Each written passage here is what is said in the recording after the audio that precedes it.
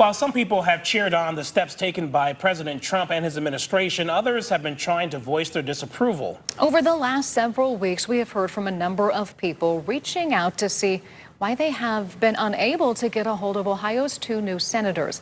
Well, now frustrations have turned into protests. And today, our John Kosick spoke to frustrated voters out there, and he got some answers from Senator Bernie Moreno. Outside of the Stokes Federal Courthouse in downtown Cleveland, you'll find them each Wednesday. Several dozen sign-carrying protesters upset over what's happening in the Trump administration in Washington. Folks like Barb from Mentor. I don't like what unelected Musk is doing. He's slashing people's jobs with no consideration whether they're doing a good job or not. Lori's frustrated by members of Congress that she says are giving the president a free pass. I don't like that the Republicans are not standing up to Donald Trump.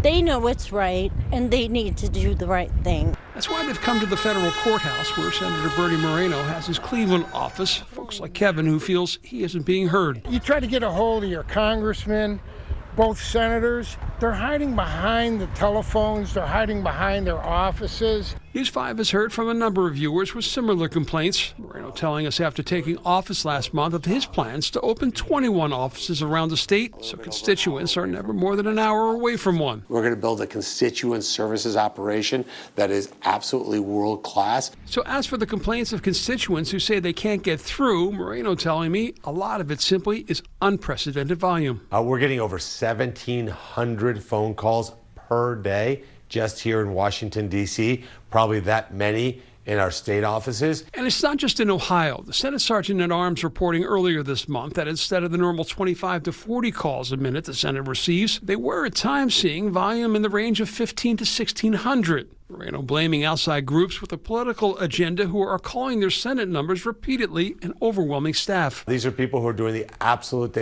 best they can to answer a record-setting number of phone calls. And it's a shame that these dark money groups are flooding the zone with these kind of phone calls that really aren't about constituent services, and in fact are getting in the way of actual constituents that need help to get things done for them. Out on the street, Ellen takes exception with that. She says she's simply one of those constituents seeking to be heard, not part of any dark money effort. Look at the people behind me. Do we look like we're dark money? Most of us are over 50 years old.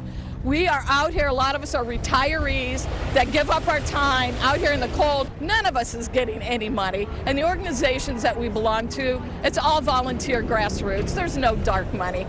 If there are areas of concern you would like me to take up with our leaders in Washington, feel free to reach out to me directly. My email, Kosick@wews.com. In Cleveland, John Kosick, News 5. And John has been following through on something else that's causing concern among people here in Ohio and across the country, really, the future of Social Security, Medicare and Medicaid. The House just passed a budget which calls for cuts to Medicaid. But at his cabinet meeting today, President Trump reaffirmed those entitlements are safe. We're not going to touch it. Now, we are going to look for fraud. And remember, John told us if the federal money to Ohio falls below 90% of the cost, Governor DeWine has proposed rolling back our state's Medicaid expansion.